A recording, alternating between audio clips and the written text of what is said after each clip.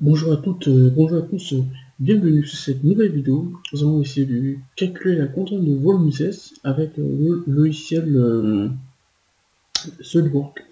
C'est-à-dire que tout à l'heure dans les vidéos précédentes, nous avons déterminé la contrainte de volume Z avec le logiciel CATIA.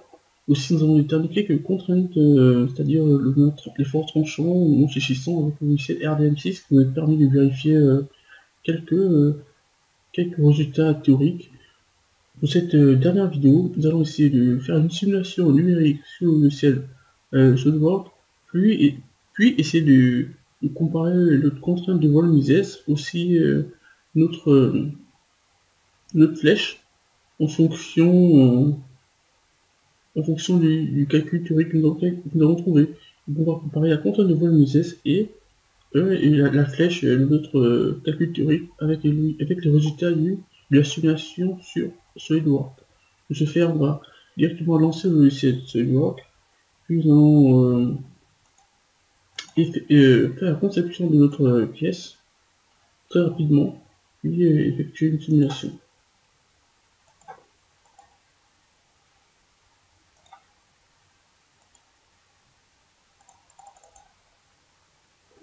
Ici, le diamètre est de 100.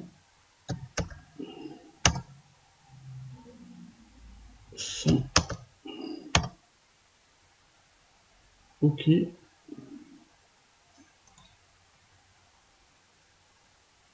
On va effectuer une extrusion ici qui est de 1000.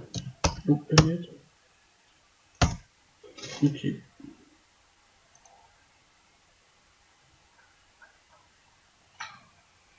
Ici, nous avons notre poutre, le diamètre 100, longueur 1000. On va effectuer une simulation ici. On va faire une simulation statique. Donc on va aller ici. OK. On va commencer par appliquer le matériau. On va choisir le matériau de notre poutre. On va prendre de l'acier avec le module Doom à 210 000, de poisson, et le module du cisaillement. OK. On valide, on applique. OK, on ferme ici.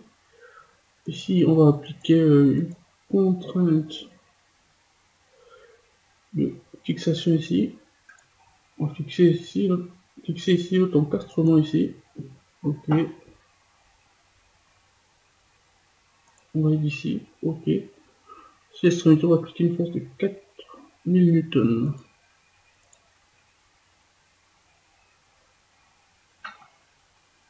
On va tourner.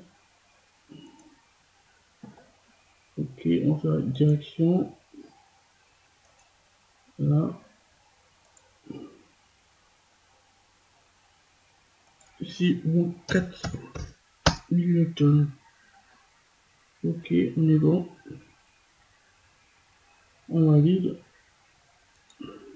OK. On met 4000 newtons. On a choisi le matériau. Pour l'instant, on va laisser le maillage par défaut. On touche pas au maillage. Ici, SolidWorks nous propose un maillage par défaut. On va essayer de regarder qu'est-ce qu'il y a à l'intérieur de ce maillage.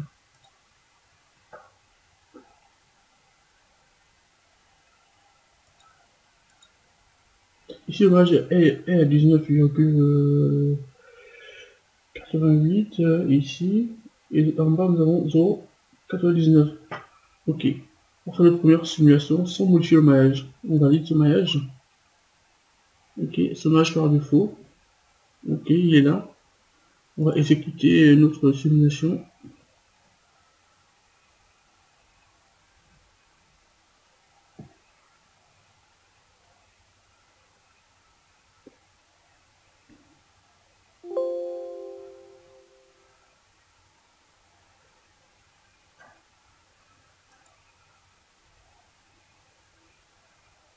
Alors, pour cette première simulation, on trouve quoi? On trouve 38,92. La contrainte de volume ISS, déplacement, on trouve 1,297 mm. OK. On fait la même chose que sur qu'on a fait pour 4 tiers. On va faire notre petit tableau. On va essayer de mémoriser quelques simulations pour essayer d'affiner le résultat.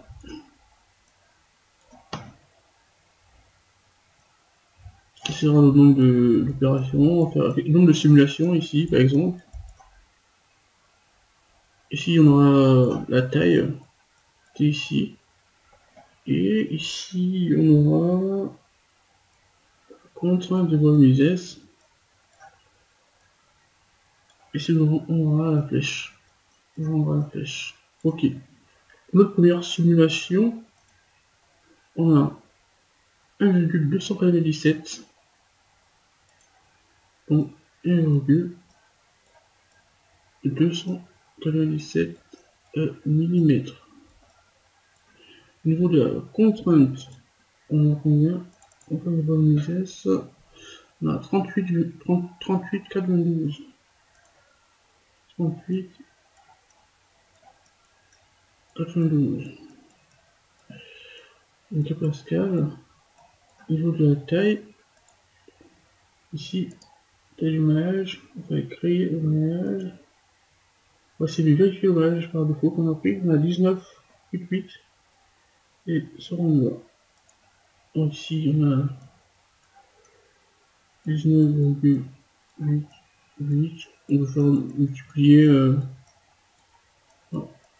0,9. Quelque chose comme ça. On va essayer d'affiner ce résultat pour affiner notre contrainte. Ok. Ici, on va modifier. On va modifier. On va faire moins 10. Bon, ça fait moins 10, on aura 9. Ok. Automatiquement, en bas, ça change. Ici, on a 0,4. Ok. Bon, je vais noter ça. On a 9, 8, 8. L'autre, on a combien? 49. 0, 49. Et là,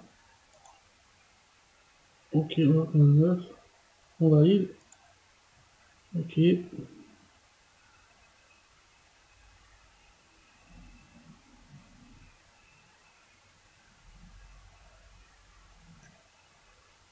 On peut valider.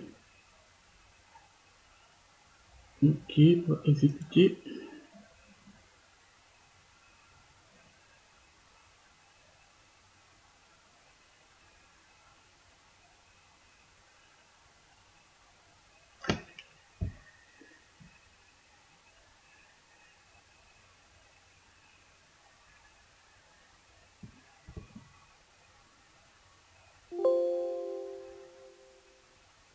Ok.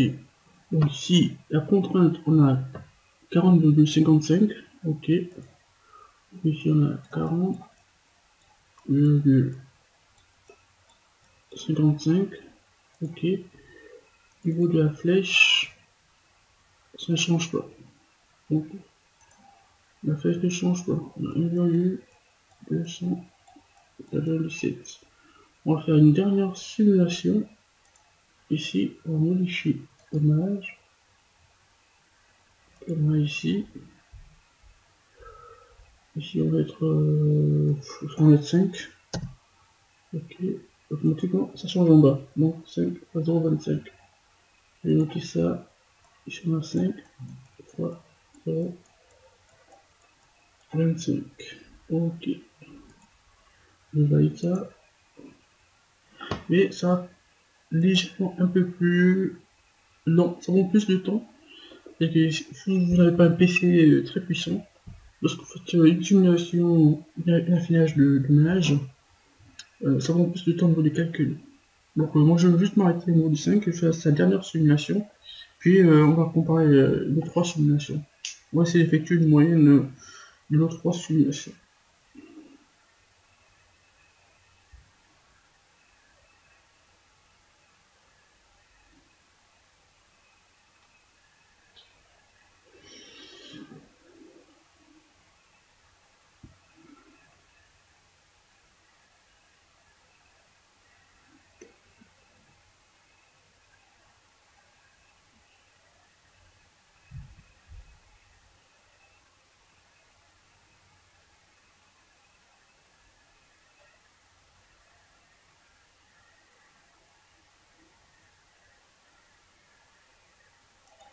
On va exécuter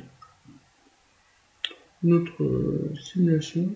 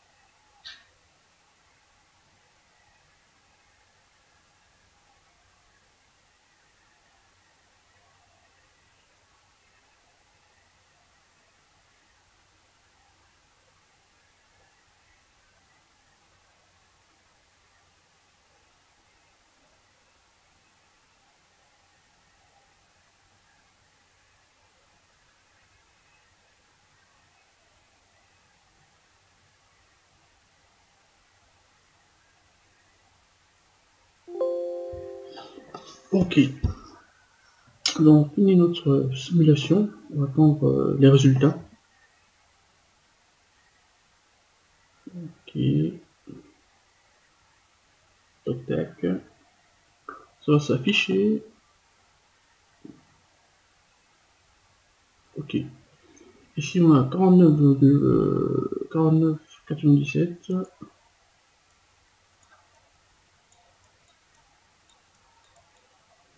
Et au niveau du classement,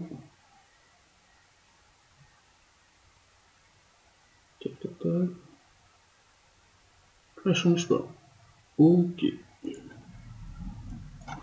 Alors ici on peut remarquer que aussi on a une moyenne de 40. Et 49, ça veut dire qu'on a les 49. Alors si on regarde de plus près le résultat, au niveau de la contrainte de vol Mises, si on va essayer de regarder les couleurs, c'est-à-dire le rouge, là on a vraiment du rouge, on a 49,97 mégapascal, mais notre poutre n'est pas rouge, on appelle le rouge de partout. C'est-à-dire si on essaie de tourner, on va essayer de regarder le côté où la poutre est vraiment sollicitée. On a du jaune, et au niveau du jaune, si on regarde bien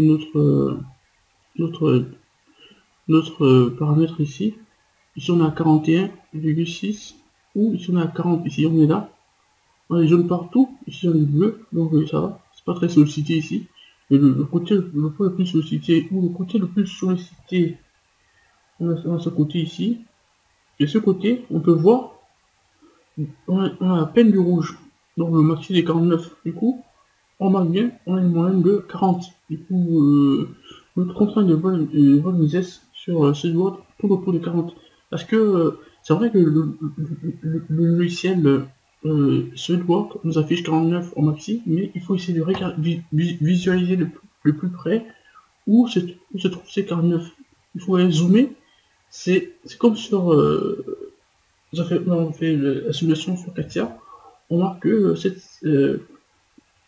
49, ou cette contrainte maxi ici est appliquée dans un coin très restreint, et dont négligeable. Du coup, c'est vrai que lorsqu'on fait l'image, ça nous permet d'affiner le résultat, d'avoir un résultat plus précis. Ici, du coup, mais en moyenne, si on fait la moyenne de notre contrainte de volume-vitesse avec les différentes tailles, les différentes tailles de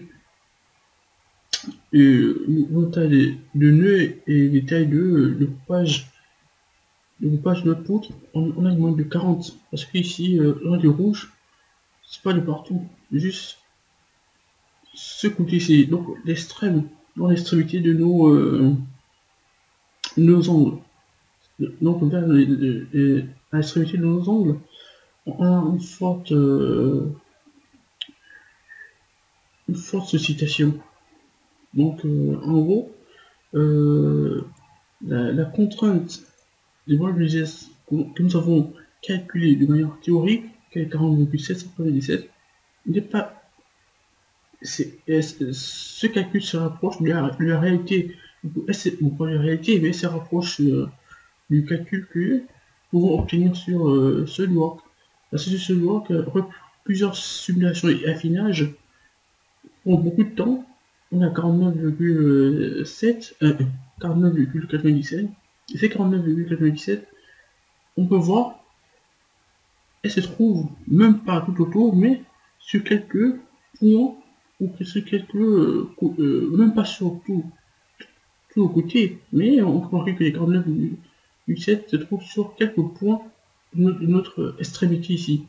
Donc l'extrémité, on a à peine du rouge. On a de l'orange. Le rouge, il fallait chercher.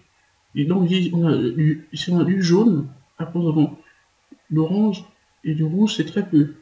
Donc ici on est autour de 41, maximum 41. Du coup, les 40,744 que nous avons calculé de manière théorique, c'est rapproche et le calcul n'est pas négligeable. Du coup, ça prouve qu'on peut s'en passer largement d'une simulation d'éléments finis, c'est-à-dire sur SolidWorks ou sur Kafka, que le calcul théorique était pas mal. Alors c'est bien aussi d'avoir ces deux résultats, le calcul théorique, le calcul sur un logiciel de conception ou sur un logiciel spécialisé. Ça nous permet de comparer les résultats et de voir si l'écart est vraiment significatif. Donc ici, on peut voir que l'écart n'est pas vraiment significatif que ça. Du coup, ça se rapproche, ça tend. On tend vers, au fur et à mesure qu'on affine notre résultat, on tend vers la contrainte théorique où on peut remarquer qu'il y a très peu de différence. Ok, merci beaucoup.